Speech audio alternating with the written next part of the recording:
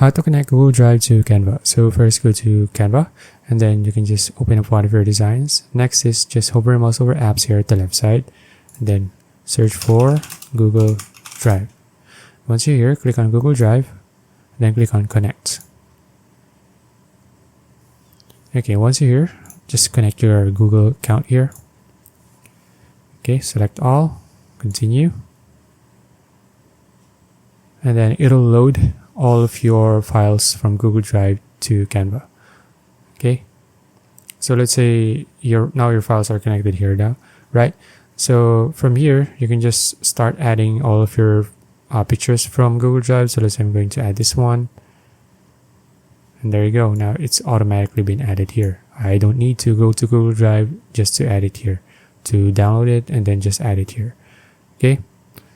So you can see Google Drive has successfully uploaded the media to your library. Okay. So that's about it. If you found this video useful, please like and subscribe for more videos like this. See you in the next one.